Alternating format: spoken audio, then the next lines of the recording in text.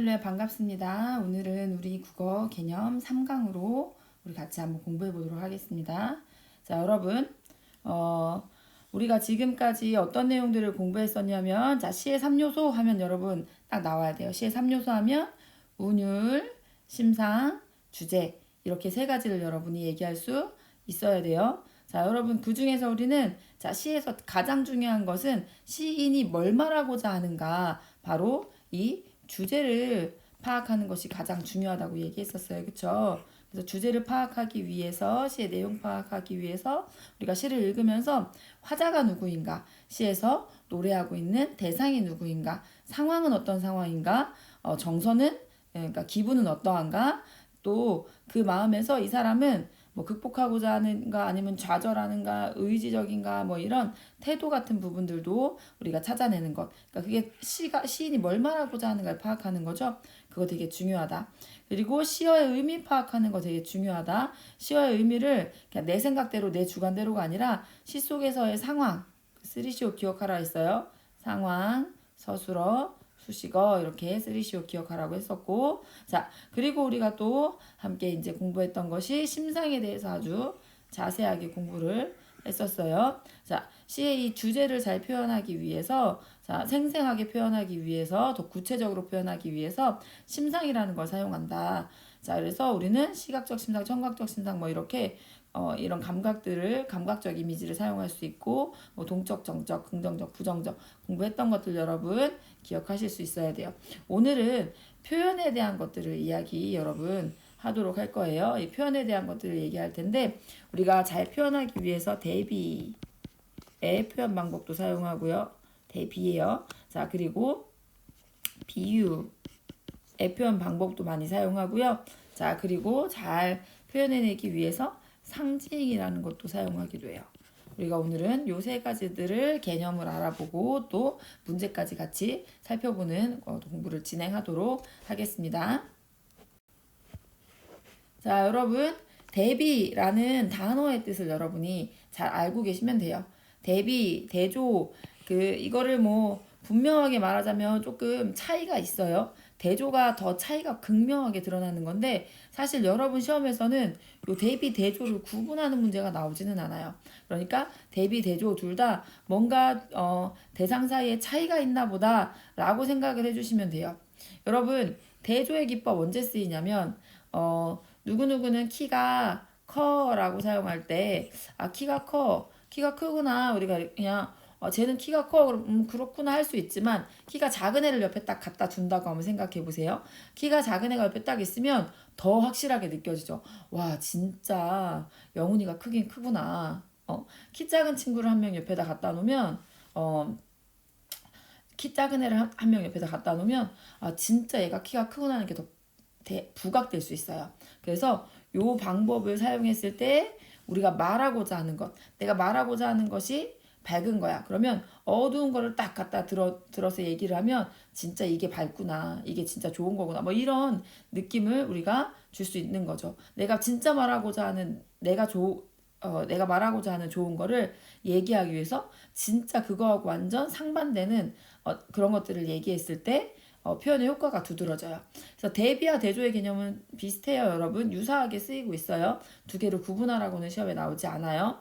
그래서 차이가 더 선명하게 부각되면서 말하는 말을 강조할 수 있다는 거, 대비, 대조를 사용하면. 그래서 둘 사이에 어떤 차이가 있는지, 대비의 방법을 통해서 뭘 말하고자 하는지를 여러분이 잘 파악해 주시면 되겠습니다. 자, 그리고 그 다음, 우리 보면요. 명암 대비. 자, 명암의 대비. 명암이 뭐예요? 밝을 명자, 어두울 암자예요. 그래서 밝음과 어두움을 통틀어 이루는 말인데, 자, 그 명암의 대비도 역시 밝음의 이미지와 어두움의 이미지를 떠올릴 수 있는 표현을 주는 거예요. 그래서 그 표현을 줘서 이 대비를 통해서 말하고자 하는 걸 더 효과적으로 드러내는, 명암의 대비라는 말이 시험에 잘 나와요. 그래서 그렇게 여러분 알아두시면 돼요. 그런데 한 가지 유의할 점은, 여러분이 어두운 건 무조건 부정적이야 라고 말하면 안 돼요. 제가 저번에도 얘기했죠. 상황에서 시적 화자가 그 박쥐야. 그러면 어둠이 그에게는 기다려지는 걸 수도 있어요. 그리고 뒤에 가서 배울 텐데 그 어둠이나 이런 그런 이미지들을 어떤 강한 생명력으로 표현한 시도 여러분 있어요. 그래서 이렇게 내 고정관념으로 하면 안 된다는 거 여러분 기억해 두시고, 시 속에서 항상 쓰리시옷을 가지고, 그리고 시 속에 어떤 화자나 상황이나 이런 것들을 제가 시의 내용 파악하는 5가지 시어의 의미 파악하는 그 쓰리시옷 이런 것들을 통해서 여러분이 준비를 해 주셔야 됩니다. 자, 우리 그럼 그 다음으로 한번 넘어가 보도록 하자. 자, 우리 문제를 가지고 한번 분석을 한번 해봤으면 좋겠어요. 제가 요 이번 강의부터는 시를 자세하게 분석하지 않아요. 지금 1강, 2강, 또 2-2강 강의에서는 시를 자세히 분석했었어요. 그런데 시를 자세하게 분석하지 않을 거예요. 여러분이 스스로 시를 분석해 봐야 돼요. 자, 시 분석할 때 제가 여러분한테 꼭 하라고 했던 거 여러분 뭡니까?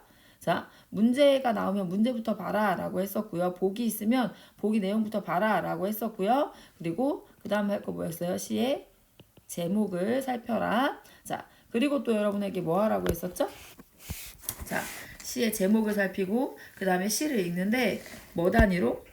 문장 단위로 시의 내용을 파악해라. 그 시의 내용을 읽는데 뭐 감정이라든지 태도라든지 너무나 분명하게 딱 얘기해 주는 거 있으면 밑줄을 그어라.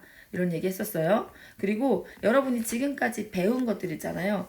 뭐 이미지가 뭐 감각적 이미지가 청각적 이미지가 뭐 분명하게 쓰였어. 그러면 그것도 좀 표시해 주면 문제 풀 때 여러분이 도움을 받을 수 있다.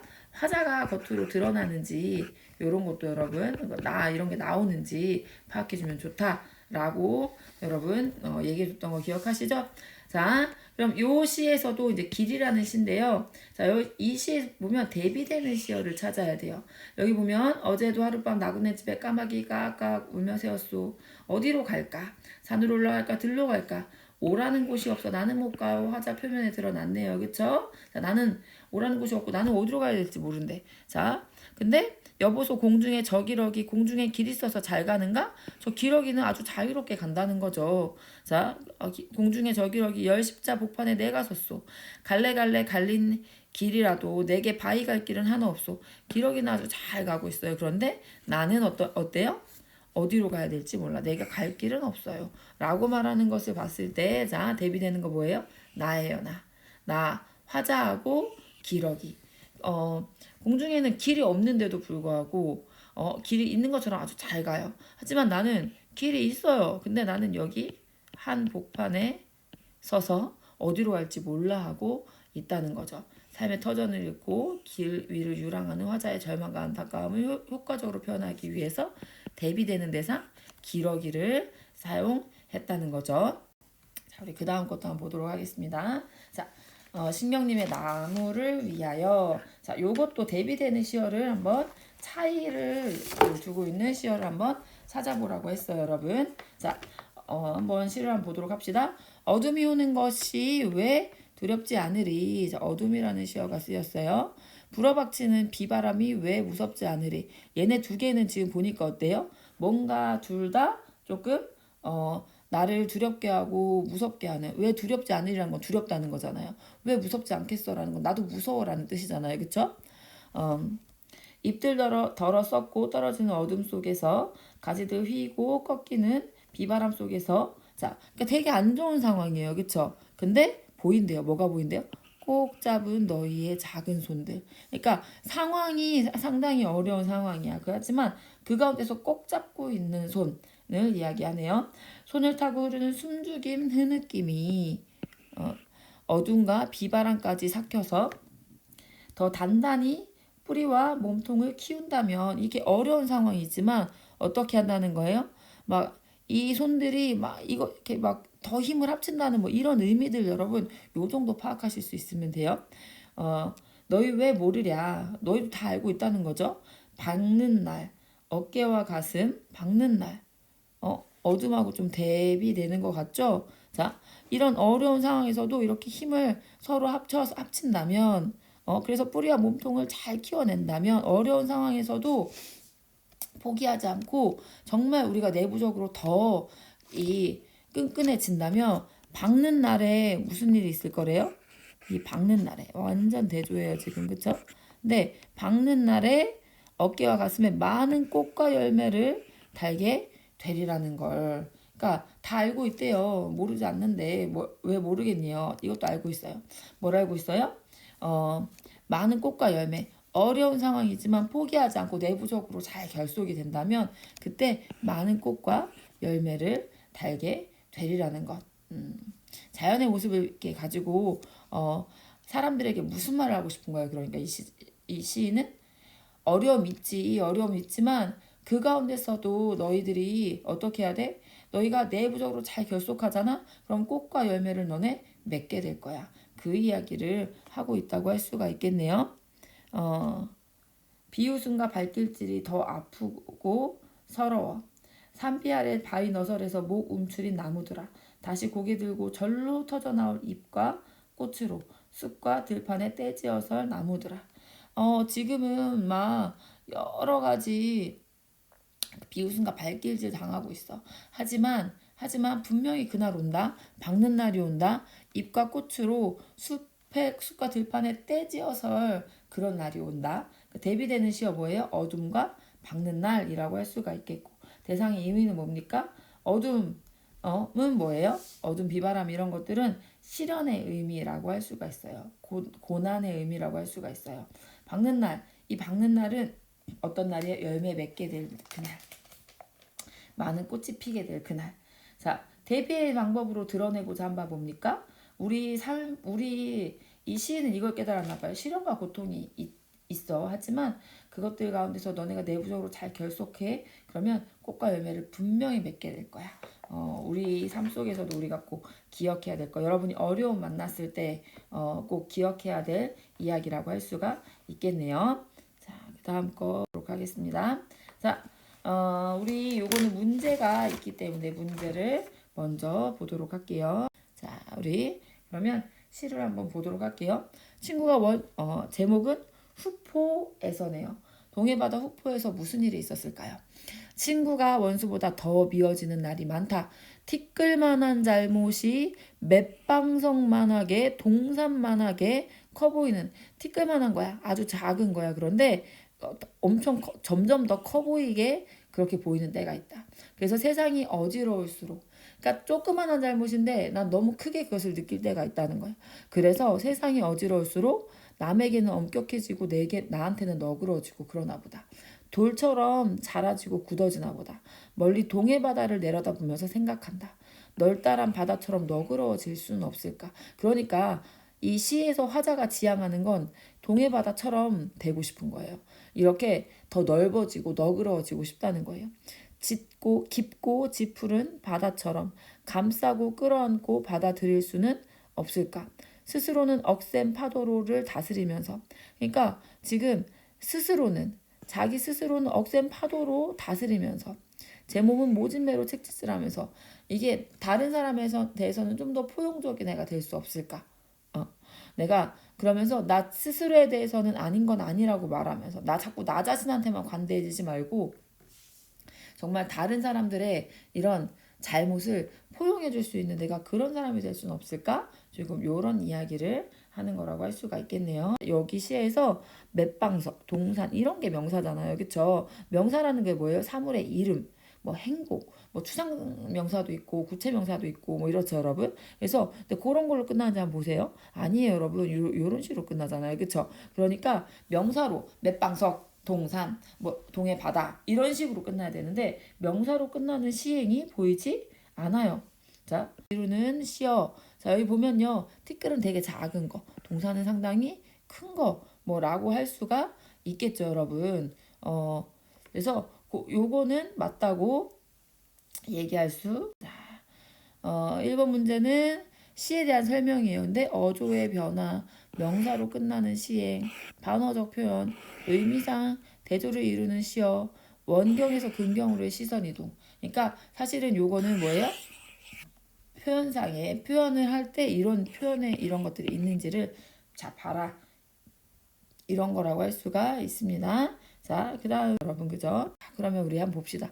어조의 변화. 이거는요. 여성적 어조로 말하다 남성적 어조로 말한다든지 뭔가 반말 쓰다 갑자기 경언체 쓴다든지 그러니까 말투가 바뀐다는 거예요. 하지만 이 시에는 말투가 바뀌는 거는 없었어요. 그러니까 이거는 노에 해당하겠네요. 자, 명사로 끝난다는 거. 명사로 끝나는 시행은 반복한다. 명사로 끝나는 시행이 한 개도 안 보이는데 반복한다 말이 안 되겠죠? 근데 명사로 끝나는 시행이 오면 여우는 남아요. 왜냐면 보통 문장은 명사로 끝나지 않거든요. 그 명사를 설명해 주거나 서술해 주거든요. 그래서 명사로 끝나면 여운이 남는데 얘는 명사로 끝나지 않았어요. 그래서 노가 됩니다. 자, 반어적 표현이라는 건 내가 기쁜데 슬프다고 표현한다든지 내가 미운데 사랑한다고 표현한다든지 뭐 예를 들어서 반어법이라고 하면 뭐냐면 내가 유리를 깼어. 근데 엄마가 잘한다. 이렇게 얘기했어요. 그거는 반어법이라고 할 수가 있겠죠. 하지만 여기에는 그런 거 나타나지 않았어요. 자, 의미상 대조를 이루는 시어를 사용하여 주제를 부각하고 있다. 자, 의미상 대조 있겠어요. 그쵸? 자, 요거는 yes가 되겠네요. 자, 대조를 이루는 시어를 사용해서 말하고자 하는 말을 부각하고 있죠. 원경은 멀리서 보는 거. 그래서 이건 상대적이라고 제가 저번에 한번 설명을 드렸었죠. 그래서 원경에서 근경으로의 시선 이동. 그래서 어떤 산 전체의 모습에 대해서 원경을 얘기하다가 나무 하나, 아유, 나무가 아니네요. 나무 하나하나에 대해서 얘기를 하는 그런 것들이 바로 그라고 할 수 있어요. 나무만 얘기하다가 이파리 하나하나 얘기하는 뭐 이런 거라고 했었는데 여기는 그런 거 나타나지 않았었죠. 그래서 노가 됩니다. 문제는 시어에 대한 시어 하나하나의 의미, 그러니까 내용 파악 문제라고 할 수가 있겠어. 자, 그 다음에 여기 보면 날은 어떤 날 친구가 원수보다 더 미워지는 날이라고 했어요. 그쵸? 그러니까 그 밑에 설명 보면 티끌만한 것을 막 동산만하게 크게 보는 그러니까 요거는 yes라고 말할 수 있겠죠? 자, 티끌은 하자 자신이 숨기고 싶은 겁니까? 아니었어요. 티끌은 다른 친구의 잘못, 조그만한 잘못 이런 걸 의미하는 거였기 때문에 노가 되겠죠. 돌은 생각이 좋고 마음이 너그럽지 못한 자신을 비유한다. 그쵸? 왜 나는 남한테는 이렇게 엄격해지고 나한테는 너그러워지는 거지? 이러면서 돌처럼 자라지고 굳어지나 보다 했으니까 요거는 yes가 되겠죠. 동해바다처럼 난 너그러워지고 싶어 했었죠. yes죠. 나에 대해서는 나한테만 그렇게 너그럽지 말고 나한테는 채찍질 좀 했으면 좋겠어. 엄격한 삶의 태도 yes라고 할 수가 있겠습니다. 자, 우리 색채 대비 나왔어요. 그쵸? 색채가 이제 빨간색이 나오고 푸른색이 나왔어. 흰색 나오고 빨간색 나왔어. 그러면 색채 대비가 서로 다른 색을 제시하면 그 차이가 선명하게 느껴지겠죠. 자, 그런 것들을 우리가 색채 대비라고 하는데 선지에 이 색채 대비라는 말이 잘 나와요. 자, 그래서 눈으로 인식하는 색채를 활용한 방법이니까 당연히 어때요? 시각적 이미지가 느껴진다고 할 수 있겠죠. 자, 색채 대비 개념 우리가 하나 공부를 했고요. 또 과거, 현재 대비 요것도 우리 그 선지로 많이 제시가 되는 거예요. 그래서 시에서 과거를 회상하는 장면 되게 많이 나오거든요. 그리고 그러면서 여기 나오는 요렇게 풀만 무성한 옛 대궐터에서 지난 왕조의 융성했던 모습 떠올리면서 부상감을 느낀다. 요거 고전시가 아주 잘 나오는 주제예요. 지금은 안 계신 그 아버지의 따뜻했던 사랑, 그 아버지의 부재에 대해 얘기하면서 참 감사했었던 그런 뭐 그때를 그리워한다든지 가나했던 어린 시절 떠올린다든지 옛날 지금 고향 떠나 있는데 우리 고향 진짜 멋졌는데 예뻤는데 뭐 이런 얘기한다든지 그래서 화자가 지금 놓여 있는 현재의 상황과 다른 과거의 상황과의 대비가 제시될 경우가 많다는 거 무엇이 어떻게 다른지 생각을 해봐야 된다는 거 그리고 그 차이로 인해서 화자가 어떤 감정을 느끼고 있는지 자 그리고 과거를 회상하게 되는 매개체가 있는 경우들이 있어요. 그래서 그것들 주목을 하셔야 돼요. 그래서 무엇을 더 좋다고 하는지 그 과거 현재가 대비될 때 과거 현재 중에서 뭘 더 좋다고 하는지 여러분 살펴야 되고요. 그리고 그래서 보통은 그때 진짜 참 좋았지 그립다 이렇게 하든지 아 그때 진짜 힘들었는데 그 시간 다 지나갔네. 뭐 이런 식으로 표현되는 경우들이 많습니다. 자, 우리 그 다음 거 넘어가 볼게요. 자, 방울 소리. 자, yes, no 판단을 해볼 텐데요. 자, 방울 소리, 방울 소리가 여기서 방울 소리가 어떤 의미일까 생각하면서 그 시 내용을 들어가 보시면 돼요. 자, 나는 여기 골동품 가게에서 방울 하나 샀다. 자, 영롱한 소리에 방울을 딸랑거리던 소는 이미 이승의 짐승이 아니지만 이 뭔 소릴까요? 나는 소를 몰고 여름해 진력 하산하던 그날의 소년이 되어 배고픈 저녁 연기 피어오르는 마을로 터덜터덜 내려왔다. 현재예요, 이거 현재, 그쵸? 그런데 과거에 내가 소 몰고 다니던 때가 있었나 봐, 그쵸? 이거 과거네요. 장사치들의 흥정이 떠들썩한 문명의 골목에선 지금 삼륜차가 울려대는 경적이 저자바닥 한가운데. 자, 요것도 지금 보니까 뭐예요? 자, 요게 현재였고요. 여기도 현재네, 그쵸? 내가 몰고 가는 소의 딸랑이 방울소리, 이거 과거 회상이네요. 돌담 넘어 옥분이네 안방에 들릴까 말까. 눈아귀에는 들릴까 말까. 자, 화자가 자신의 유년 시절에 그 기억이 방울이죠. 자, 이 사람이 그 청계천 여기서 방울을 하나 사는 것이 그 옛날로 돌아가게 하는 기능을 했죠. 완전 예스죠. 자, 니은 소. 자, 니은은 기억에 의해 연상된 것으로 화자의 소박하고 평화롭던 시절을 환기한다라고 했어요. 자, 니은은 이 소는요. 기억에 의해서 연상된 거 맞죠? 자신의 그 소 몰고 그냥 뭐 배고픈 저녁 연기 피어오르는 마을. 자, 그래서 이것도 뭐 예스라고 할 수 있겠죠. 자, 디귿은 리을과 대비되어 현대 문명의 부정적 이미지를 부각시킨다. 자, 디귿 경적 소리. 3륜차가 훈련되는 경적 소리. 디귿은 리을하고 대비돼요. 자, 그쵸? 경적. 지금은 경적이 있어요. 근데 현재는 이래요. 근데 옛날에는 방울이 있었다는 거죠. 그러니까 완전 차이가 드러나죠. 그래서 현대 문명의 부정적 이미지를 부각시킨다. 그쵸? 그러니까 이 시가 말하고자 하는 바가 또 이거라고 할 수가 있겠죠. 리을은 화자가 소중한 이에 대한 그리움의 정서를 환기시킨다. 그쵸? 이렇게 하면서 옛날 옥분이네 누나 얘기했으니까 예스라고 할 수가 있겠죠. 자, 리을은 기억을 통해 깨닫게 된 자연과 인간 사이의 부조화를 상징한다. 자, 요 리을이 이 니은을 통해서 깨닫게 됐다. 이해된 둘은 지금 같은 이미지예요. 그쵸? 이렇게 말할 수 없겠죠. 그리고 뭐 자연과 인간 사이의 부조화 뭐 이런 거 얘기하지 않고 있죠. 자, 우리 그 다음 거 보도록 하겠습니다. 김영랑의 5월이라는 시입니다. 들길은 마을에 붉어지고 마을 골목은 들로 내려서자 푸르러졌다. 이거 뭐 색채가 쓰였는데 우리 공부했던 색채 대비, 왜냐면 차이가 나니까요. 그렇게 얘기할 수 있겠네요. 바람은 넘실 바람은 넘실 천이랑 만이랑 이랑 햇빛이 갈라지고 보리도 허리통이 부끄럽게 드러났다. 꾀꼬리는 여태 혼자 날 줄 모르나니. 자, 지금 자연의 아름다운 모습들을 이야기하고 있어요. 자연 친화적 태도 완전 예스죠. 색채 대비 쓰면 대상 선명하게 보여줄 수 있어요. 여러분 예스. 향토적 소재 뭐 들길이라든지 이랑이라든지 뭐 볼이라든지 이런 것들 다 시골 냄새가 나죠. 여러분 시골을 떠올리게 하는 시어들 쓰였으면 향토적 소재라고 할 수 있고, 향토적 소재 쓰면 당연히 토속적 정감을 불러일으킬 수 있어요. 자, 그래서 이것도 예스라고 할 수가 있겠습니다. 자, 그 다음 거 보고. 자, 요시는 성탄제라는 시인데 예전에 중졸에 많이 나왔었어요. 그런데 지금은 그 시험 형태가 시가 뭐 나올지는 예측하기 어려운 상황이거든요. 이것도 여러분 시험에도 나올 수 있는 실제로 고1 연합평가에 나왔던 문제거든요. 그래서 여러분 알아두시면 좋겠고, 자, 우리는 보고 시로 가볼게요. 어두운 방 안엔 빨간 숯불이 피고.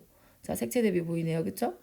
외로이 늙으신 할머니가 애초로이 잦아드는 어린 목숨 지키고 계셨다. 배경 지식 가지고 오니까 훨씬 아까 보기에 나왔던 내용 여기 다 나오죠? 아빠가 약을 가지고 돌아오셨다. 아버지가 눈을 헤치고 따오신 산수열매. 나는 한 마리 어린 짐승. 그러니까 아파가지고 아파하고 있고 아빠는 약국에서 온 거예요. 그쵸? 근데 그 약이 바로 이거였나 봐요. 자, 뒷문 치고 그때 눈이 오고 있었나 봐. 근데 그날 밤에. 그래서 그날 밤이 성탄제 밤이었을 수도 있어라고 생각을 하네요. 어느새 나도 그때 아버지만큼 나이를 먹었다. 그러니까 요거는 다 어린 시절 과거 회상이네요. 옛것이란 거의 찾아볼 길 없는 성탄제 가까운 도시에는 이제 반가운 옛날의 것 뭡니까? 눈이 오는 거죠. 서러운 30살 나이 말 불현듯 아버지의 서늘한 옷자락을 느끼는 것은 눈 속에 따오신 산수유 붉은 알알이 아직도 내 혈액 속에 녹아 흐르는 까닭일까? 눈이 오는 어느 날 성탄제 가까운 어느 날 도시에서 이 사람이 어릴 때 있었던 일을 떠올리는 거라고 할 수가 있어요. 여러분 요선지의 근거는 여기죠. 자, 여러분이 이렇게 근거 찾을 수 있어야 돼요. 요게 1-1번 선지의 근거였어요. 자, 그리고 여기 산수 열매 요게 바로 1-2번의 근거였어요. 그쵸? 자, 그리고 또 여기가 1-3번의 눈이 회상의 매개체다. 근거였어요. 그쵸? 자, 그리고 배경으로 성탄제 여기 그거 설정한다. 이것도 1-4번의 근거라고 할 수가 있겠죠. 이런 게 있으면 보기부터 본다고 했었어요. 자, 이 보기가요. 그냥 이 시 내용 전체예요. 자, 여러분 만들기 위한 계획으로 적절하지 않은 거 찾으라 했는데 여기를 먼저 읽고 가세요. 읽고 가서 이렇게 여러분 보시면 이건 진짜 아니다 하는 것들이 보여요. 과거 시 보지 않았지만 과거 현재 장면으로 나눠져 있겠구나. 아픈 어린 손자를 향한 할머니의 안타까운 시선이 드러나겠구나. 산수유 열매의 붉은색이 눈의 흰색과 뚜렷이 대비가 되나 한번 여러분 보셔야겠고 눈을 회상의 매개체로 하여 과거 장면과 현재 장면 연결하나 여러분 살펴보시면 되겠고 성탄절 분위기가 느껴지는 도시의 거리 모습을 배경으로 주인공의 감정과 어울리는 경쾌한 배경음악을 활용한다. 근데 일단 여기까지만 그냥 읽어도 여러분 이렇게 눈치가 빠른 친구라면 뭔가 아파하는 어린 손자 그리고 뭔가 회상하고 뭐 이런 건데 배경 경쾌한 주인공의 감정과 어울리는 경쾌한 배경음악 조금 이상한데 라고 여기는 사람이 있을 수도 있을 것 같아요.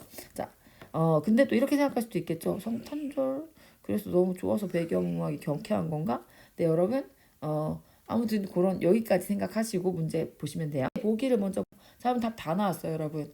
자, 주인공의 감정과 옛날을 회상하면서 내 옛것이라고는 찾아볼 길이 없네.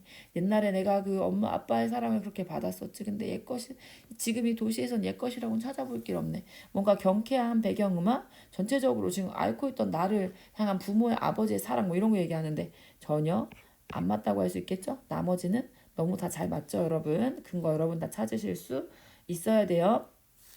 자, 요 선지는 근거가 그 시험 문제가 여러분 어렵지 않아요. 각각 선지에 이게 맞는 근거들을 여러분이 찾을 수 있는 여러분 계속해서 그냥 느낌으로 풀지 마시고 근거 찾는 자, 그다음 자, 여기 보기도 먼저 보고 가지. 보기는 항상 힌트예요. 예나 이제나 변함없이 내리는 것은 눈뿐이지 싶다. 눈을 바라보고 있으면 기억은 으래 어린 시절을 향해 다름질 친다. 어두운 방 병든 손자의 손을 꼭 잡은 채 애태우던 할머니의 야윈 손길. 그러나 어둠과 맞서 싸우던 빨간 숯불은 생명의 암시였을까. 이윽고 온갖 고생을 이겨내고 붉은 산수 열매를 구해 돌아오신 아버지의 정성. 그것이 아니었다면 나는 이 세상 사람이 아니었을 것이다. 성탄제가 가까운 도시에는 사랑과 평화가 가득한데 해마다 이때가 되면 어린 시절 아버지의 헌신적인 사랑이 가슴 포근하게 보듬어 준다. 자, 여러분 이렇게 꼭 하셔야 됩니다. 자, 여러분 여기 쭉 보면서 성탄제 가까운 도시에는 사랑과 평화가 가득하다. 엄마 아빠의 나를 향한 사랑이 진짜 옛날에는 가득했었어. 근데 옛것이라고는 찾아볼 길 없어 라고 말하는 걸 봤을 때 우리가 사랑과 평화가 가득하다라고 판단할 수 있는 근거는 없어요. 그래서 정답은 5번이 된다고 할 수가 있겠습니다.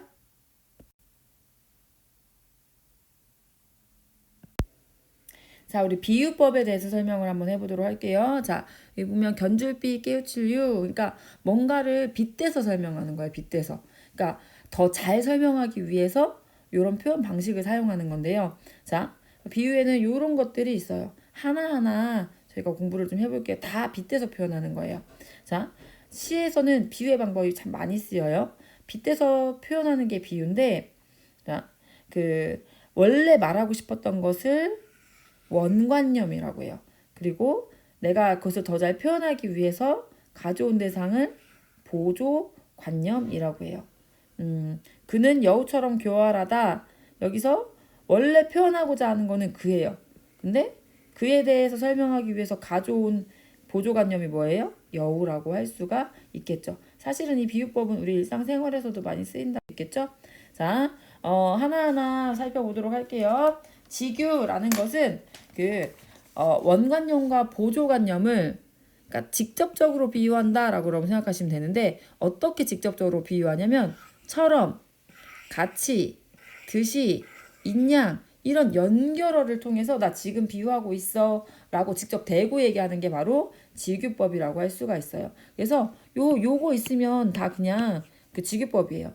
파악하기는 되게 쉽다라고 할 수 있겠죠? 비가 폭포처럼 쏟아지네. 자, 원관념 뭐예요? 비를 얘기하고 싶은데 비가 어떤 식으로 내리는지 어떤 비인지에 대해서 어떻게 설명하기 위해서 폭포라는 보조관념을 가져온 거라고 할 수가 있겠죠?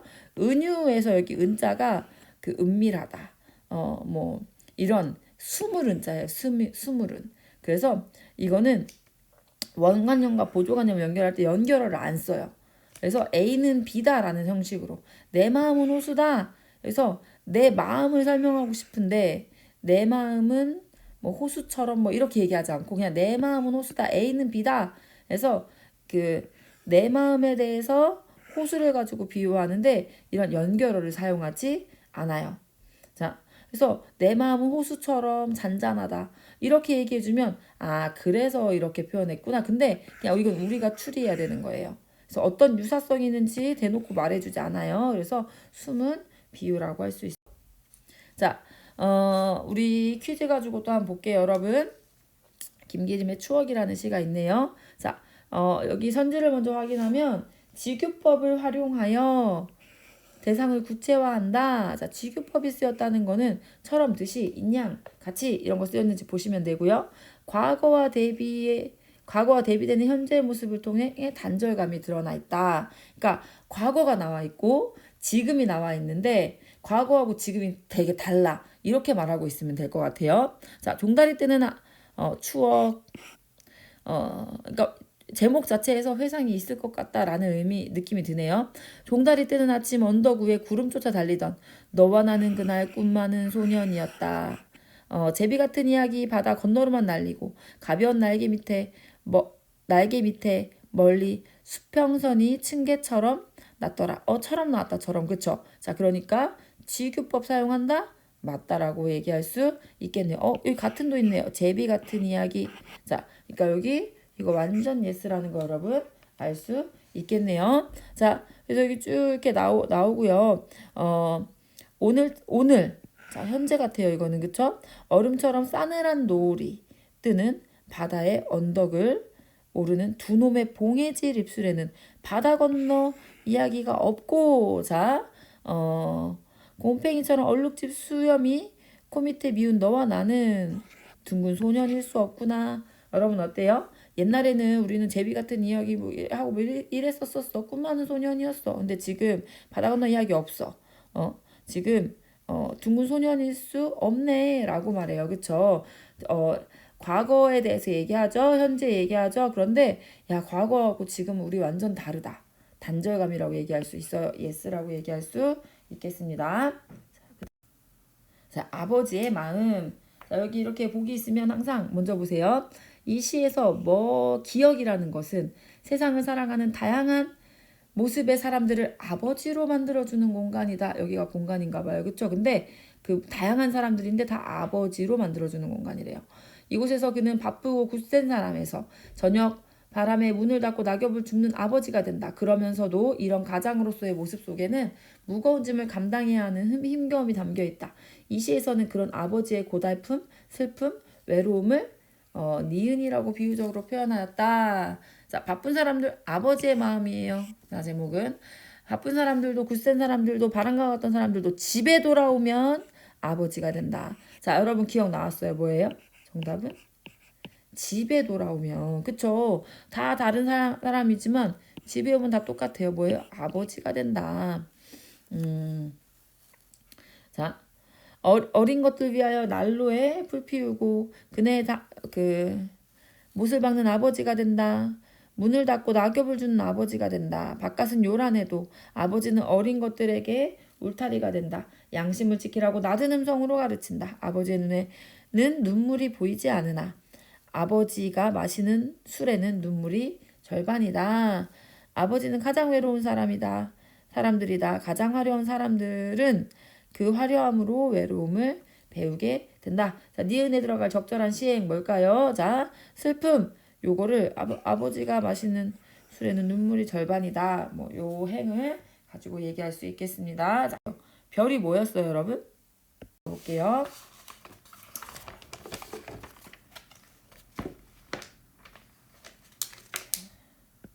보도록 할게요. 자, 문제부터 봅시다. 표현상 특징, 비유적 표현 쓰였나, 대립되는 시어 쓰였나, 감각적 표현 쓰였나, 의성어 의태 활용되었나, 대화가 사용되었나 나올 거다라고 예상을 하고 작품을 들어가서 보시면 됩니다. 나의 마음은 고요한 물결. 자, 여러분 은유법 쓰였네요. 그쵸? A는 B다라는 방식 쓰였어요. 바람이 불어도 흔들리고 구름이 지나도 그림자 지는 곳. 내 마음은 물결 같아가지고 나는 순수한 거를 유지하고 살고 싶은데 바람이 불어. 외부적으로 어떤 어려움이 찾아와. 그러면 나는 흔들려. 구름이 지나가. 그럼 나는 내 마음의 그림자죠. 우리 마음도 그렇죠, 여러분. 외부적인 시련이 왔을 때 진짜 우리 마음이 물결 같아요. 흔들릴 때가 있고 마음의 그림자가 그늘해질 때가 있죠. 자, 내 마음까지 찾아와서 돌을 던지는 사람도 있고 고기를 낚는 사람도 있고 노래를 부르는 사람도 있대요. 이 물가 외로운 밤이면 별은 고요히 물 위에 내리고 숲은 말없이 잠드느니 행여 백조가 오는 이 물가가 어지러울까. 나는 밤마다 꿈을 덮노라.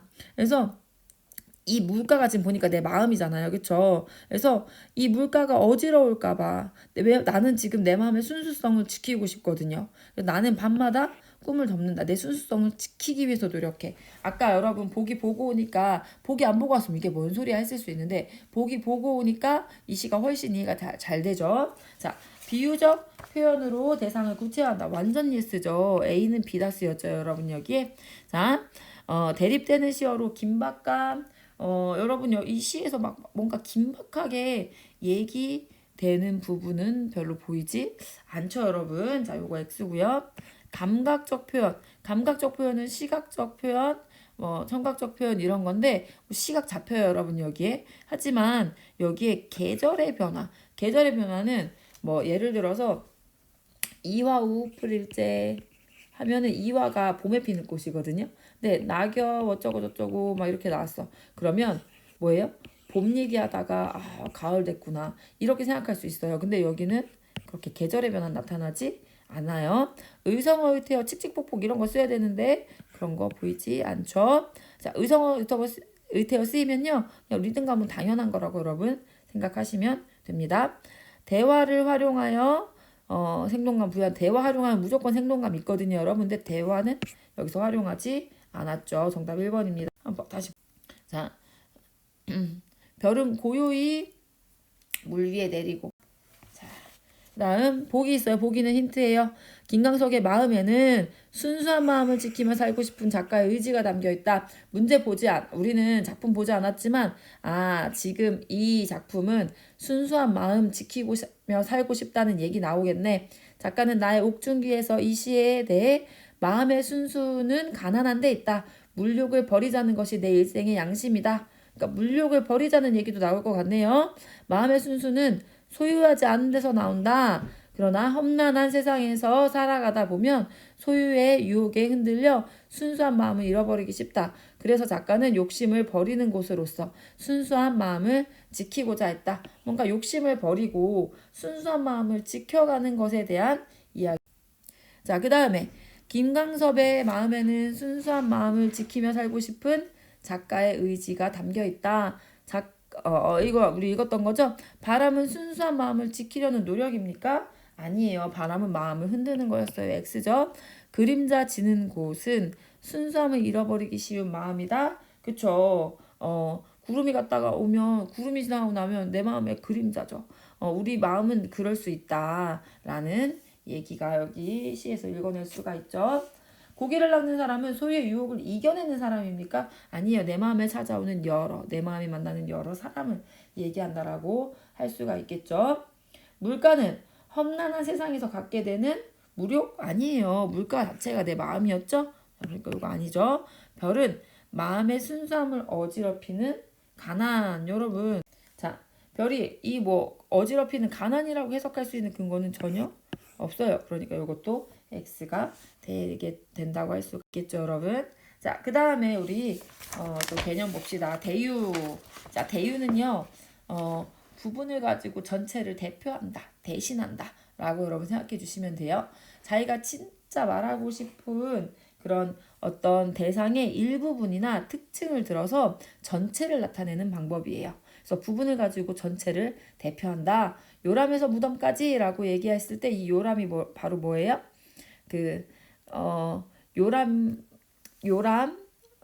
아기가 사용하는 많은 물건들이 있지만 그 중에 일부분인 요람을 가지고 그 아기 시절을 얘기하고 죽음과 관련된 많은 사물들 중에서 무덤을 가지고 그렇게 얘기하는 것들 게 이런 것이 대유법이라고 할 수가 있습니다. 의는 의인, 자 의성법, 의성어, 의태어 했을 때 소리를 흉내낸 거였죠. 의인은요 사람인이에요. 사람을 흉내낸 거라고 할 수 있어요. 그러니까 사람이 아닌 대상의 인간의 속성, 즉 인격을 부여하는 방법을 의인법이라고 합니다. 어떤 사람만의 특징 뭐예요? 감정을 느낀다거나 말을 한다거나 생각을 한다거나 이런 것들 다 대상에 그 인격을 부여해서 표현한 거라고 할 수가 있겠습니다.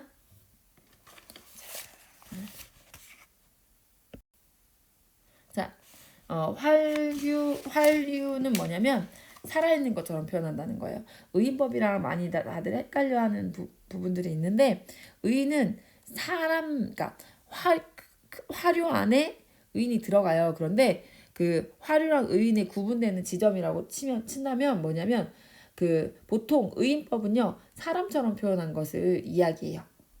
그리고 화류법은 그냥 생물처럼 표현한 거. 자, 무생물을 생물처럼 표현한 거, 이런 것들을 얘기한다고 할 수가 있어요. 그리고 이것도 볼까요? 감정이 없는 것을 감정이 있는 것처럼 표현하는 것. 자, 근데 이렇게 반문할 수 있다는 거죠. 그래서 의인법이 여기 나오는 것처럼 화류법 안에 속한다고 할 수가 있어요. 그러니까 화류법이 의인법을 포괄하는 더 넓은 범주라고 생각하시면 돼요, 여러분. 자, 여기 예시가 나와 있죠. 나를 애워싸는 산이라는 표현은 산은 무생물이에요, 그렇죠? 근데 이 무생물인 산이라는 대상을 누군가를 애워쌀 수 있는 살아있는 생물처럼 표현했어요. 요것이 바로 뭐다? 화류법이라는 거죠. 울음 우는 바다 같은 표현도 역시 무생물인 바다라는 대상이 울음을 울고 있다고 표현했죠.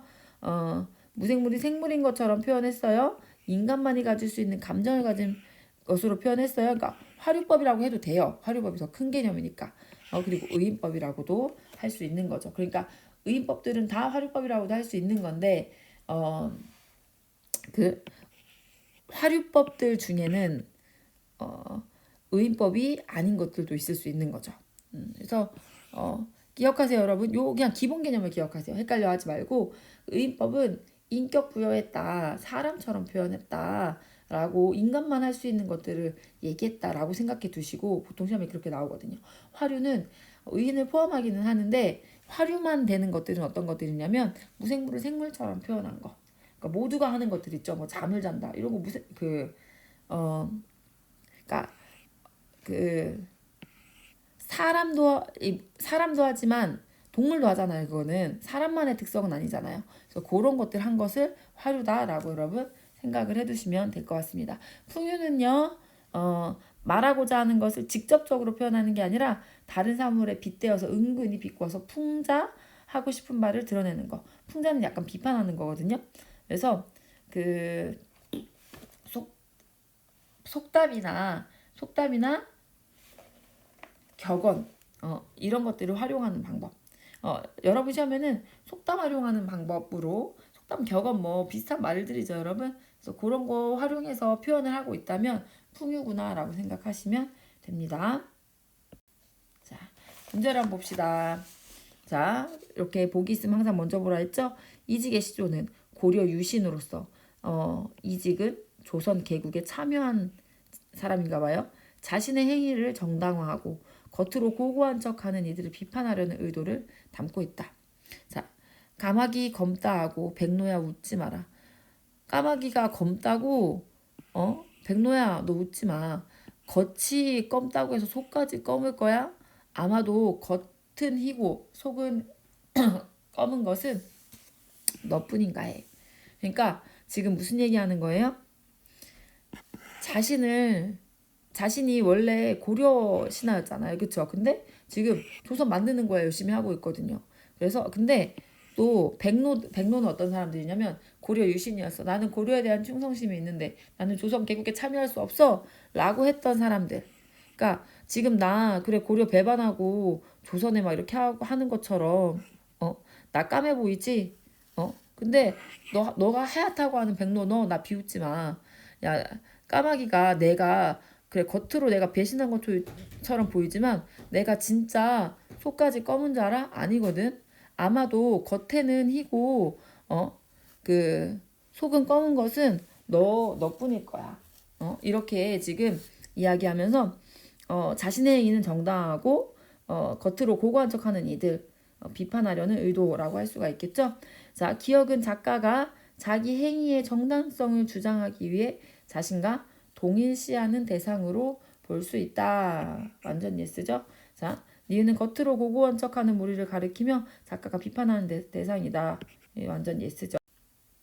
자, 자료의 내용과 관련 있는 식구를 찾아보라고 했어요. 시에서 생명이 없는 존재를 마치 살아있는 것처럼 표현하는 경우가 있다라고 얘기했는데 여러분 시를 여러분 한번 쭉 읽어보면서 이 시가 무슨 얘기를 하는지 한번 읽어보세요. 근데 여러분 사실은 한번 봅시다. 열매 맺지 않는 과목, 흙 속의 해충, 비바람이 삼킨 어둠, 바위 속보다 어두운 밤, 샘물 같은 그런 빛. 네, 여기 보세요. 비바람이 삼킨 어둠. 비바람이 뭐 했대요? 삼켰대요. 어둠을. 맞습니까? 비바람이 삼켰대요. 비바람이 삼키는 행동할 수 있습니까? 생명 없어요. 그렇죠? 그런데 생명 있는 것처럼 삼킬 수 있는 것처럼 표현했으니까 3번이 정답이라고 할 수가 있겠습니다. 요 시도 시험에 많이 나오는 시예요, 여러분. 요거는 여러분 기출문제 풀면서 진짜 많이 볼 거예요. 백석의 여승이라는 시. 자, 그리고 우리 여승이라는 시를 같이 한번 볼게요. 여승은 합장하고 절을 했다. 가지치의 냄새가 났다. 쓸쓸한 낯이 옛날같이 늙었다. 나는 불경처럼 서러워졌다. 자, 여승이 합장 손을 모으는 걸 얘기하죠. 그 여자 승려라는 거잖아요. 여승은 그쵸? 그래서 그 승려가 인사를 하고 합장하고 절을 했대요. 근데 그 여승한테는 가지치의 냄새, 산에서 나는 냄새가 났나 봐요. 쓸쓸한 날이 옛날같이 늙었다. 직유법이라고 할 수 있겠네요. 나는 불경처럼 서러워졌다. 화자의 감정을 화자 표면에 드러난 화자고 불경처럼 직유법이고 서러워졌다. 지금 자신의 감정을 드러내네요. 근데 옛날같이 늙었다 했을 때 이 여승을 옛날에도 본 적이 있었던 것 같다. 라는 부분도 파악 가능할 것 같아요. 평안도 어느 산 깊은 금년 밤. 자, 이거는 금광이에요. 나는 파리한 여인에게서 옥수수를 샀다. 여인은 나이 어린 딸 아이를 때리며 가을밤같이 차게 울었다. 이거 잘 나오는 시라 제가 그냥 자세하게 설명할게요. 이 여승이 누구냐면 이 여인이에요. 이게 지금 옛날 회상이에요. 자, 내가 평안도의 어느 산 깊은 금강 앞에서 이, 이 여인에게서 옥수수를 샀어요. 근데 이 여인에게는 나이 어린 딸이 한 명 있었는데 얘가 말을 안 들었는지 엄마가 이렇게 얘를 이렇게 때리고 있었나 봐요. 그러면서 여인은 때리면서 본인도 이제 슬펐던 거죠. 나이 어린 딸을 때리면 슬펐나 봐요. 그래서 얘도 울고 있었어요. 자, 근데 이 여인의 속사정은 어떠냐면 섭벌같이 일벌처럼 내가 돈 벌어오겠다고 하면서 나아간 지아비 남편이죠. 기다려서 10년이 갔다. 지아비는 돌아오지 않고 어린 딸은 도라지 꽃이 좋아 돌무덤으로 갔다. 그러니까 내용을 생각해 보면 자, 그 아빠가 내가 돈 벌어올게 하면서 나갔던 것 같아요. 그쵸? 자, 근데 아빠가 안 돌아오는 거야. 그래서 어떻게 이 아빠를 찾으러 아빠가 금강으로 일을 하러 갔었나 봐요. 그래서 이 금강으로 이 남편을 찾으러 갔어요. 그런데 남편을 못 만난 것 같아요. 그리고 이때 분명히 그 딸아이 있었죠. 근데 이 딸아이가 그 아빠 찾으러 다니는 이 길에서 이게 또 길에서 이 여비가 없으니까 옥수수를 팔면서 이 남편을 찾으러 다녔나 봐요. 그런데 지압이 남편을 만나지 못했던 것 같고 어린 딸은 이렇게 따라다니던 중에 무슨 일인지 모르겠지만 이 어떤 병인지 모르겠지만 도라지 꽃이 좋아 돌무덤으로 갔다. 아이가 죽었나 봐요. 자, 그리고 나서 이 여인이 어떻게 됐냐면 상꽁도 서럽게 울은 슬픈 상꽁이 진짜 서럽게 울었을까요? 상꽁한테 감정이입한 거라고 할 수 있겠네요. 산절에 마당 귀에 여인의 머리오리가 눈물방울과 같이 떨어진 날이 있었다. 그러니까 이런 사연들로 인해서 이 여자가 뭐가 된 거예요? 여승이 된 거죠. 지금의 여승이. 그래서 이거 시간상으로 해가지고 나열해라 연을 나열해라 이런 거 시험에 잘 나오는데 시간상으로 봤을 때 이게 첫 번째 일어난 일이에요. 그쵸? 그리고 이게 두 번째예요. 요거 행으로 따지면 사실은 지아비가 나간 게 먼저거든요. 지아비가 나가고 그리고 이제 요게 그 다음인데 연으로 따지자면 여기서는 딸이 살아 있었잖아요. 그쵸? 근데 여기서 딸이 죽었다고 나오죠. 그래서 보통은 요렇게 잡아요. 그리고 자, 그래서 이제 이 여인은 뭐가 됐어요? 머리 자르고 절로 들어간 거죠. 남편도 못 찾고 딸도 죽고 이러면서 머리 자르고 여승이 된 것 같아요. 그래서 현재 이렇게 된 이 여승을 만난 거 시간적 그 구성으로 이렇게 해보라고 하면 이렇게 여러분이 생각을 해보시면 되겠습니다. 다음 시는 문태준의 가재미라는 시는 되겠습니다. 우리 가볼게요. 나시를 한번 볼게요. 가재미 아세요, 여러분? 이렇게 되게 납작한 그 물고기죠. 자, 김천의료원 6인실 302호에 산소 마스크를 쓰고 암투병 중인 그녀가 누워있다. 바닥에 바짝 엎드린 가재미처럼 그녀가 누워있다. 나는 그녀의 옆에 나란히 한 마리 가재미로 눕는다. 자, 암투병 중인 그녀, 침대에 누워있는 그녀를 가재미에다가 비유를 했네요. 자, 우리 요거 읽었으니까 한번 가재미가 가재미에게 눈길을 건네자 그녀가 울컥 눈물을 쏟아낸다. 한쪽 눈이 다른 한쪽 눈으로 올아붙은 야인 그녀가 운다. 누워있는 암투병하는 그녀 앞에 누웠나 봐요. 근데 그녀가 이제 우나 봐요. 그녀의 죽음만을 보고 있던 나는 그녀가 살아온 파랑 같은 날들을 보고 있다. 자우를 흔들며 살던 그녀의 물속 삶을 나는 떠올린다. 그녀의 오솔길이며 그 길에 돋아나던 대낮의 뻐꾸기 소리며 가늘은 국수를 삶던 저녁이며 흑담조차 없었던 그녀의 누대의 가게를 떠올린다. 그녀는 되게 어렵게 살았던 것 같네요. 이 내용을 보니까. 두 다리는 서서히 멀어져 가랑이지고 폭설을 견디지 못하는 나뭇가지처럼 등뼈가 구부정해지고 있던 그 겨울 어느 날 생각한다. 그녀의 숨소리가 느릅나무 껍질처럼 점점 거칠어진다. 나는 그녀가 죽음 바깥의 세상을 이제 볼 수 없다는 것을 안다. 한쪽 눈이 다른 쪽 눈으로 캄캄하게 쏠려버렸다는 것을 안다. 나는 다만 좌우를 흔들며 헤엄쳐가 그녀의 물속에 나란히 눕는다. 산소호흡기로 들이마신 물을 마른 내 몸 위에 그녀가 가만히 적셔준다. 생각한다. 보고 있다. 누워 있다. 눕는다. 누웠다가 아니야. 그쵸? 눕는다. 쏟아내었다가 아니라 쏟아낸다. 이게 바로 현재형 시제예요. 문제부터 볼게요. 자, 가나시의 공통점. 자, 여러분 이런 문제 나올 때는 가시를 보고 나시를 보고 하나하나 O인지 X인지 표시하면서 보시면 문제 더 잘 푸실 수 있어요. 자, 기억에서 미음에 대한 이해도 기억에서 미음 보고 서로 왔다 갔다 하면서 풀면 문제 더 정확하게 푸실 수 있습니다. 뒤로 와서 풀면 이 시 본 거 가지고 한번 요 가만 가지고 판단을 한번 해보도록 할게요. 자, 자연물에 감정을 이입하여 화자의 심리, 그쵸? 상꽁도 서럽게 울은 나왔으니까 가시로 봤을 땐 맞네요. 비유적 표현을 통해 시적 상황을 효과적으로, 자, 비유적 표현 있으면 당연히 더 효과적으로 표현됩니다. 비유적 표현 있었죠. 직유도 엄청 많았죠. 현재 시제를 사용하여 시적 상황을 현장감 있게, 이거 잘 알아두세요. 현재 시제를 사용한다는 거 뭐뭐 한다 이런 식으로 표현하는 건데, 여기는 늙었다, 서러워졌다, 울었다, 갔다 이런 식이니까 현재 시제라고 말할 수 없어요. X예요. 상승과 하강의 이미지를 대비하여 의미를 강화한다. 머리올이 떨어지는 뭐 이렇게 해서 하강의 이미지가 있기는 했는데 상승과 하강의 이미지를 대비한 거는 아니었어요. 음성 상징어를 사용하여, 자, 음성 상징어 사용하면 당연히 생동감은 있는 건데 음성 상징어는 의성어 의태어를 얘기하거든요. 여기 의성어 의태어는 보이지 않아요. 그래서 X. 정답은 1번, 2번 중에 있겠다라고 우리가 지금 예상을 해볼 수 있겠네요. 자, 우리 다시 여기를 한번 파악을 해봅시다. 병상에 누워 투병하는 그녀의 모습에서 납작한 가재미를 떠올리고 있다. 예스죠. 투병 중인 그녀에 대한 나의 연민과 위로가 옆에 눕는다였죠. 이게 구체적인 행위로 맞을 것 같은데 이게 조금 모르겠다. 더 밑에 더 봐야 되겠는데 하면은 아직 안 체크하셔도 됩니다.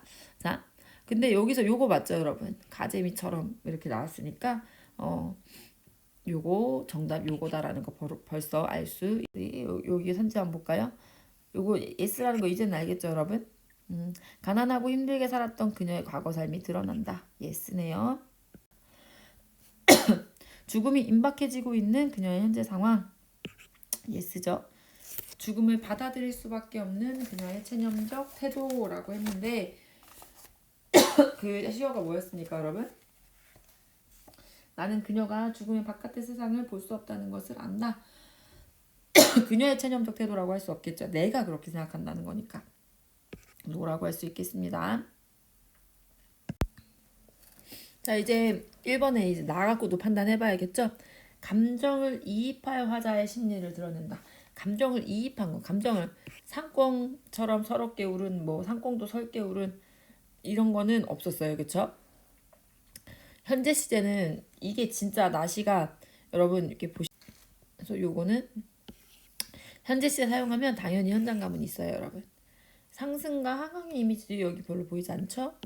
자, 음성 상징어도 보이지 않아요. 이런 식으로 파악해 주시면 돼요, 여러분. 알겠죠? 여러분은 요거 근거 가지고 지금 여러분이 X라고 판단하는 근거가 있어야 되고 O라고 판단하는 근거가 반드시 있어야 돼요, 여러분.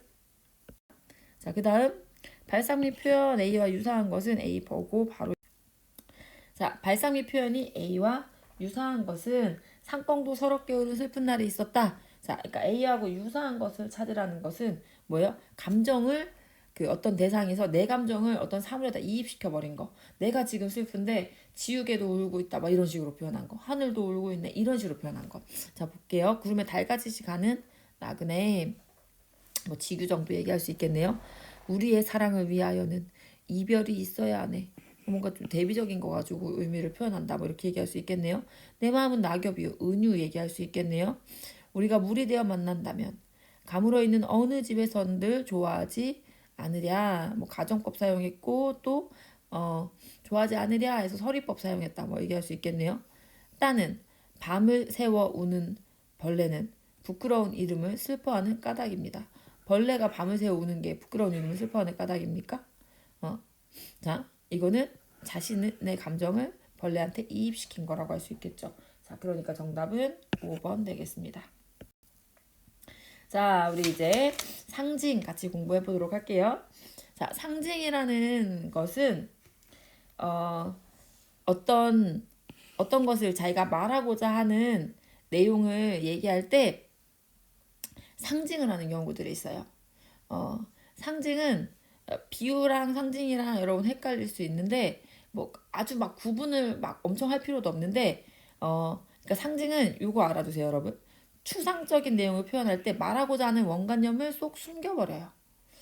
그 은유법 같은 경우에도 내 마음은 호수요. 원관념을 보여주기는 하자는데 원관념을 아예 그냥 말을 안 해요, 상징은. 비유랑 그게 다르다고 할 수 있어요. 대신에 구체적인 다른 사물인 보조관념만 내세우는 방법. 그래서 그 사람은 여우처럼 교활해. 이렇게 말했을 때 원관념이 그 사람이라는 게 여기 있잖아요. 근데 그냥 그거를 아예 말을 안 하는 게 상징이에요. 근데 여러분 시험에 그 상징하고 비유를 뭐 구분해라라고 문제가 그렇게까지는 나오진 않는데 뭐 비유적 표현을 통해 뭐 상징적 표현을 통해 했을 때 무슨 말인지는 여러분이 알아두셔야 돼요. 그래서 여기 보시면 비둘기라는 어 평화를 말하고 싶은데 평화라는 말을 하나도 써놓지 않고 그냥 비둘기 얘기를 해요. 그걸 통해서 뭘 얘기하냐면 근데 비둘기는 사람들이 인식하기를 평화라는 거하고 연관을 잘 시켜서 이미 사람들 머릿속에 관념 속에 그런 것들이 있거든요. 그래서 그런 것들을 통해서 근데 평화하고 비둘기가 어떤 비슷한 점이 있어요? 없어요. 근데 그냥 사람들이 그렇게 생각을 한 거예요. 관습적으로 그렇게 굳어진 거예요. 그래서 상징은 어떤 것을 드러내기 위해서 어떤 빗대서 표현하는 것처럼 이렇게 하는데 근데 상징이 다른 것은 뭐냐면 원관념을 드러내지 않고 그냥 보조관념만 딱 갖다 놓는다는 거. 여러분 알아두시면 좋을 것 같아요. 이 비유증의 차이 요거를 보시면 더 여러분이 이해가 더 잘 되실 거예요. 자, 어떤 현상이나 사물을 직접 설명하지 아니하고 다른 비슷한 현상이나 사물에 빗대어 설명하는 게 비유라면, 자, 상징은 추상적인 사물이나 관념 또는 사상을 구체적인 사물로 그냥 나타내는 일. 원관념과 보조관념이 1대1이거든요. 그러니까 하나의 의미로 해석이 돼요. 그런데 원관념하고 보조관념이 그 다대1. 보조관념이 하나가 딱 제시됐는데 이거를 여러 가지로 해석을 해볼 수 있다는 거예요. 그래서 여러 의미로 해석될 수 있다는 거 알아두시면 좋겠어요. 자, 원관념과 보조관념 사이에 비유는 유사성이 있거든요. 근데 유사성이 없어요. 그래서 지규, 은유, 대유, 우인, 화류, 풍유. 자, 우리 공부한 지규의 방법들이죠. 자, 상징에는 원형적 상징, 관습 상징, 창조적 상징.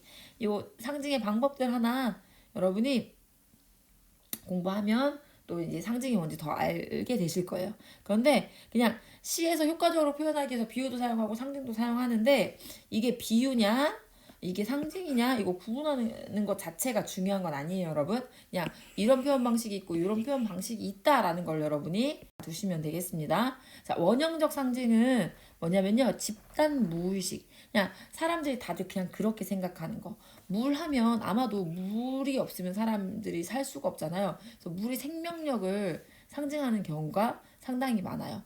또 물에 빠지면 죽죠. 그래서 물이 죽음을 상징하는 경우도 있어요. 물로 깨끗해지죠. 그래서 정화를 상징하는 부분이 있고요. 물이 탄생의 의미를 갖는 경우들이 있어요. 그래서 물이라는 시어 하나가 나왔는데 그 시어가 상징적 의미가 이런 것들일 수 있겠다라고 우리가 추리해 볼 수 있다는 거예요. 해도 원형적 상징인데요. 해가 희망을, 그러니까 이거는 시의 문맥 가지고 표현을 여러분 찾아내시면 돼요. 정렬, 생명력 이런 의미들을 보통 얘기하는 경우들이 많다는 거예요. 그래서 인류에게 유사한 의미로 해석되고 쭉 계승되어 온 것들을 원형적 상징이라고 합니다. 해야 솟아라 이런 식구가 있을 때 이걸 보면서 뭔가 희망 솟아올라라 이렇게 얘기하는 거 아닐까? 희망이란 말 하나도 안 나왔어. 근데 우리가 그렇게 상징적으로 그렇게 쓰이지 않았을까 생각해 볼 수 있다는 거예요. 흥부부부상이라는 시를 우리 같이 한번 보도록 합시다. 여기 문제는 요 시어들 가지고 편가르기 해보자고 했네요. 한번 볼게요. 흥부부부상. 흥부하면 여러분 우리 가난한 그 흥부놀부 할 때 그 흥부. 하지만 성품은 참 좋았던 뭐 그거를 배경 지식을 떠올리고 보시면 될 것 같아요. 흥부 부부가 박덩이를 사이하고 그 가르기 전에 건넨 웃음살을 헤아려 보라. 그러니까 지금 상황을 머릿속에 상상할 수 있어야 돼요. 흥부 부부가 딱 서 있고 그리고 그 가운데 박덩이가 있고 자 박덩이를 가르기 전에 막 기뻐하면서 웃나 봐요. 자 금이 문제리 황금벼 이삭이 문제리 문제라는 거야 문제 아니라는 거예요. 우리는 박덩이 하나 가지고도 기뻐서 웃어. 우리는 금이 문제되지 않아. 황금벼 이삭 문제되지 않아. 우리는 웃음의 문살이 반짝이며 정갈하던 그것이 확실히 문제다. 우리한테 진짜 중요한 건 이렇게 가족이 함께 웃을 수 있는 거. 웃음살. 박덩이 하나 가지고 웃을 수 있는 거. 우리는 이게 중요하지. 금, 황금별이삭 이런 거 중요하지 않아.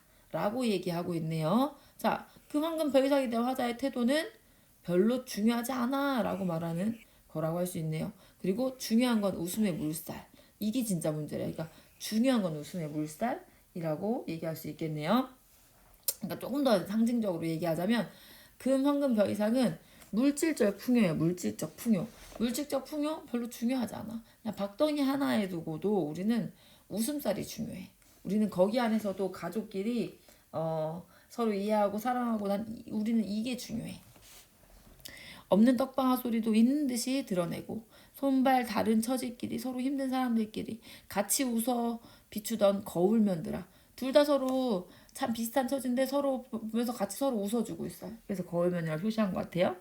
표현한 것 같아요. 웃다가 서로 불쌍히 서로 구슬을 나누었으니. 근데 서로 막 그렇게 그래도 이렇게 서로를 막 웃다가 네, 아유 너 진짜 힘들겠다. 서로 불쌍해서 서로 구슬 울면서 이제 눈물 구슬 아닐까요? 구슬 나누었으리. 그러다 금시 절로 면해온 구슬까지를 서로 부끄리며 먼 물살 가다가 소스라쳐 반짝이듯 서로 소스라쳐 본 웃음 물살을 지었다고 헤아려보라. 그것이 확실히 문제. 그러다 또 다시 같이 웃는다. 그것이 확실히 문제. 진짜 중요한 건 가족끼리의 어떤 유대와 사랑 이런 것들이지 그런 황금별이사 금 이런 물질적 평화가 중요하지 않아. 이런 얘기 하는 것 같아요.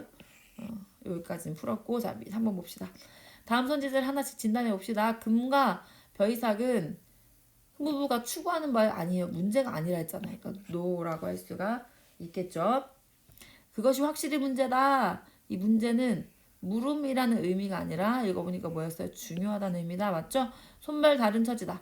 고단한 생활하고 있음을 보여준다. 예스죠? 겨울면이라고 표현한 거. 서로가 서로를 바라보며 살고 있다. 뭐 그렇게 얘기할 수 있겠죠. 본 웃음은 박덩이를 사이하고 흥부 부부가 지을 수 있었던 본디의 순수한 웃음을 의미한다. 예스라고 할 수가 있겠습니다. 다음 거 보도록 합시다. 율포의 기억이라는 시네요. 자, 우리 해야겠네요. 율포의 기억, 율포에서 어떤 기억이 있었을까요? 어쩌면 회상의 이야기가 나올 수도 있겠다 싶네요. 일찍이 어머니가 나를 바다에 데려간 것은 소금기 많은 푸른 물을 보여주기 위해서가 아니었다.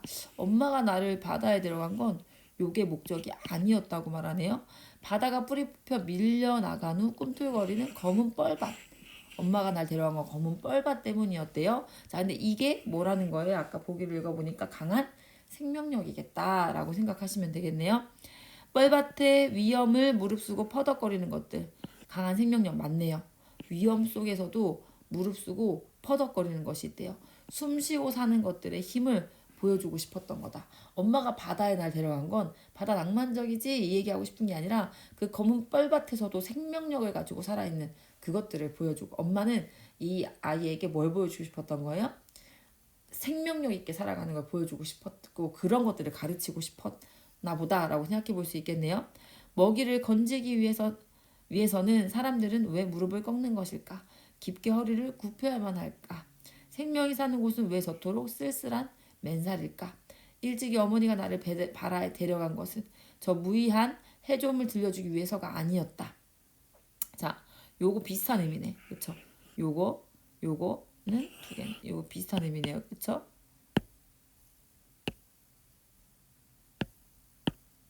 그쵸? 물 위에 집을 짓는 새들과 각혈하듯, 그러니까 피토하는 게 각혈이거든요. 노을을 내뿜는 폭우를 배경으로 성자처럼 뻘밭에 고개 숙이고 먹이를 건지는 슬프고 경건한 손을 보여주기 위해서였다. 막 그 고기 잡 그 뻘에 있는 것들 잡는 이 사람들을 보여주고 싶었대. 슬프고 경건한 손. 이게 목적이었고 또 물 위에 집 짓는 새들. 그러니까 어려움 가운데서도 포기하지 않고 생명이 있게 살아가는 그런 사람들을 보여주고 싶어서 엄마는 날 여기 데려간 거였어. 뭐 이런 얘기들 하고 있네요. 고기를 보고 얘기할게요. 자, 검다는 대개 어둠, 죽음, 허물을 상징한다. 그러나 율포의 기억에서는 강한 생명력을 품고 있다는 의미로 쓰이고 있다. 그러니까 여러분 율포의 기억이라는 우리 시를 읽을 텐데 여기서 검다는 말은 어둠, 죽음, 허무로 그렇게 생각하면 안 된다는 거죠. 뭘로 생각해라? 강한 생명력으로 생각을. 자, 여기서 기억의 함축적 의미는 그 검은이었어요. 검은. 근데 검은이 강한 생명력이라고 했고 실제로 시에서 그렇게 쓰이고 있는 걸 봤죠. 그러면 여기 안에서 이 어둠, 검음 이런 것들이 이렇게 강한 생명력을 품고 있는 거. 우리는 그것을 한번 좀 찾아봐야겠네요. 가슴 답답한 보랏빛 하늘, 어둠이 몰아드는 검은 구름 너머로 비의 줄을 타고 나리는 꽃방울의 노래가 흘러나오는도다. 자, 여기서 검은 구름 너머로 꽃방울의 너머가 흘러나온다. 여기서는 막 강한 생명력 이런 거 보여지지 않아요. X겠네요. 먼 길 떠나던 아버님 발자국이 보인다. 어두운 밤 홀로 흰 두루막 날리시며 검은 산 넘어 먼 길 가시던 날. 그냥 아빠가 멀리 갔다. 뭐 그렇지. 여기서는 강한 생명력 전혀 느껴지지 않죠? 여기도 긴 능선 검은 하늘에 박힌 별 보며 나그네 되어 떠나려네. 자, 여기도 강한 생명력 안 보여요. 수그러진 악몽 나다니는 벌이 검은 연기 땅에 눕듯이 여기서도 강한 생명력 안 느껴져요. 더 큰 침묵을 향하여 걸어가 보아라. 지리산 중턱에는 아직 눈과 바람 남아있지만 강 건너 복숭아 밭에 검은 줄기들은 싱싱하다. 어때요? 검지만 싱싱하다. 여기서 강한 생명력 예상해 볼 수 있겠죠? 정답은 5번입니다. 있으니까 자, 관습적 상징, 창조적 상징. 관습이라는 거는 뭐예요? 어떤 사회에서 오랫동안 사람들이 그렇게 생각하는 것들을 이야기해요. 그래서 관습적 상징도 사람들이 계속 그렇게 얘기하다 보니까 그냥 그렇게 고정적인 것으로 받아들여지는 것을 얘기한다고 할 수 있어요. 사군자가 뭐냐면 여러분 이거 외우셔야 돼요. 매, 난, 국. 국이 국화예요. 죽, 대나무. 매화, 난초, 국화, 대나무. 요것들을 여러분 지조와 절개로 옛날에 사람들이 자꾸 계속 그렇게 썼어요. 매화를 계속 그 지조로 썼고 난초, 국화, 대나무. 매화는 봄이 시작될 때 추위를 뚫고 피어나잖아요.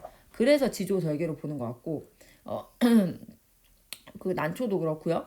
그 국화도 어때요, 여러분? 그 되게 추울 때 꽃을 피워내잖아요. 가을에 늦은 가을에. 그래서 국화도 지조절개로 많이 쓰이고요. 대나무도 이렇게 똑바르게 자라잖아요. 그래서 그 지조와 절개로 얘네가 많이 쓰여요. 그래서 여러분 매낭국죽이 지조와 절개다. 요건 여러분 그냥 관습이에요. 관습적으로 그렇게 쓰다 보니까 그냥 그렇게 굳어진 거예요. 그래서 요런 것들이 관습적 상징의 예라고 할 수 있고요. 창조적 상징은 그냥 시에서 찾아내야 되는 거예요. 이거는 개인적 상징이에요. 개인적 상징. 해는 그냥 인류적으로 그렇게 생각한다고 했잖아요. 원형적 상징이라고 했잖아요. 관습도 한 사회에서 그 관습적으로 내려온 거라고 했잖아요. 근데 이거는 그냥 시인이 그렇게 생각한 거예요. 그래서 이성구의 벼라는 시를 보면요. 그 벼가 백성들이에요. 민중이에요. 그래서 그 뭐 엎어져도 다시 일어나고 뭐 이런 걸 얘기한단 말이에요. 그래서 이거는 인류 보편의 공통적 의미도 아니고 한 사회에서 오랫동안 굳어진 의미도 아니고 그냥 한 개인이 사용한 거. 그래서 창조적 상징은 그냥 시적 상황 맥락 이거 가지고 여러분이 추론하시면 되는 거라고 할 수가 있겠습니다. 자, 우리 꽃이라는 시 가지고 또 한번 볼게요. 이육사의 꽃이라는 시. 자, 여기 보시면 여러분이 한번 읽고 파악을 한번 해보세요. 여기 보시면 꽃이라는 이 시어가 상당히 되게 중요해요. 여기 보면 동방은 하늘도 다 끝나고 비 한 방울 내리지 않는 그때, 그러니까 엄청 어려운 때인 거죠. 그때도 꽃은 빨갛게 피지 않는가. 내 목숨을 꾸며 쉼 없는 날이여. 북쪽 툰드라의 찬 새벽은 눈속 깊이 꽃 맹아리가 옴짝거려 제비 때 까맣게 날아오길 기다리나니 마침내 저버리지 못할 약속이여. 자, 그래서 오늘 여기서 너를 불러보랴 막 이렇게 얘기해요, 여러분. 중심 제재, 이 꽃이 상징적 의미를 부여해 주제를 형상화해요. 그러니까 어려운 상황에서도 꽃은 피어난다. 이육사, 이 일제 강점기 시대라는 걸 얘기했을 때는 뭐 광복이라고도 할 수 있겠고요. 뭐 여러 가지 의미로 이거 해석될 수 있거든요. 그래서 이 뭘 상징하는 건지에 대해서 원관념을 여기에 정확하게 드러내놓지는 않아요. 근데 이 꽃은 어려운 상황에서도 꽃은 피어난다 라고 해서 이 꽃은 피어난다 이렇게 해서 상징적 의미를 가지고 그 주제를 형성한다. 예스라고 할 수 있겠고, 여러분 좀 읽어보시면 그 감정이입시킨 의인한 대상 없어요. 그래서 요건 예스, 요건 노예요. 자, 다양한 감각적 이미지 빨갛게 시각은 사용됐어요. 그쵸? 하지만 다양한 감각적 이미지면 2개 이상 써야 되는데 다른 거 안 보여요. 노고요. 향토성이 짙은 시어, 뭔가 시골을 좀 떠오르게 하는 시어 없어요. 그래서 노라고 할 수가 있습니다. 자, 그 다음 거 볼게요. 이거 되게 유명한 시어. 자, 꽃이라는 똑같이 또 꽃이네요. 내가 그의 이름을 불러주기 전에 그는 다만 하나의 몸짓에 지나지 않았다. 이름 불러주기 전에는 하나의 몸짓이었대요. 내가 그의 이름을 불러주었을 때 그는 나에게로 와서 꽃이 되었다. 꽃이 되었다는 거 뭔가 되게 의미 있는 존재가 되었다. 라고 얘기할 수 있겠죠? 몸짓은 나에게 의미 없는 존재이다. 그쵸? 이름 불러주기 전에는 별 의미가 없었어. 라는 얘기죠. 근데 이름 불려줘서 의미 부여받은 존재를 나타낸다. 예스죠? 내가 그의 이름을 불러준 것처럼 나의 이 빛깔과 향기에 알맞은 누가 나의 이름을 불러다오. 그에게로 가서 나도 그의 꽃이 의미 있는 존재가 되고 싶다. 빛깔과 향기는 나라는 존재가 지니고 있는 본질, 그렇죠? 그 본질에 알맞는 이름을 불러달라 이렇게 얘기하는 거죠. 우리들은 모두 무엇이 되고 싶다. 너는 나에게, 나는 너에게 잊혀지지 않는 하나의 눈짓이 되고 싶다. 눈짓은 서로의 본질을 인식하기 이전의 상태를 의미한다. 일까요? 본질을 인식하기 이전의 상태? 아니죠, 여러분. 이 눈짓은 지금 꽃하고 아주 유사한 의미죠. 그렇게 되고 싶어하는, 지향하는 존재잖아요. 그러니까 요거는 노라고 할 수 있겠죠. A에서 D를 통해서 뭐예요? 그 이름 불러주는 걸 통해서 진정한 의미 관계 형성 얘기하는 거 맞죠? 예스라고 말할 수 있겠습니다. 자, 우리 마지막 문제를 한번 볼게요. 자, 이것도 보기가 있어서 보기를 먼저. 자, 제목은 황혼이에요, 황혼. 자, 여기서의 이 황혼이 아까 얘기했던 고독한 존재 이상을 구현하는 것일 것이다. 아마 그 시작과 끝이 융합하는 우주와 대지를 연결하는 이런 이미지다라는 것을 생각해 두시고 시를 봅시다. 자, 내 골방의 커튼을 걷고 정성된 마음으로 황혼을 맞아들이노니. 자, 황혼을 맞아들인다라는 것이 죽음이나 이별 얘기하는 게 아니라는 거예요. 고독한 존재 이상을 구현하는 거예요. 밝음과 어두움이 교차하는 거예요. 바다의 흰 갈매기들 같이 인간은 얼마나 외로운 것이냐. 황혼아, 내 부드러운 손을 힘껏 내밀라. 왜요? 황혼이 어떤 의미예요? 고독한 존재가 바라는 것을 구현하는 거. 바라는 게, 고독한 존재가 바라는 게 뭐예요?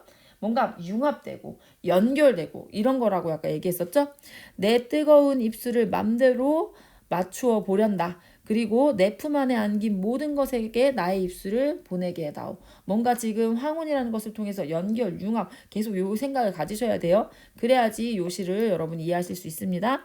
저 12성자 반짝이는 별들에게도 종소리의 검은 살림 속 그윽한 수녀들에게도 시멘트 장판이 그 많은 수인들에게도 의지가 없는 그들의 심장이 얼마나 떨고 있는가. 자, 인간 얼마나 외로운가 얘기했었어요. 그쵸? 고독한 존재 이상 구현하는 게 황혼이라고 했었어요. 자, 그러면 여기 나오는 수인, 수녀, 뭐 이런 사람들 다 뭐라고 할 수 있어요? 고독한 존재겠네요.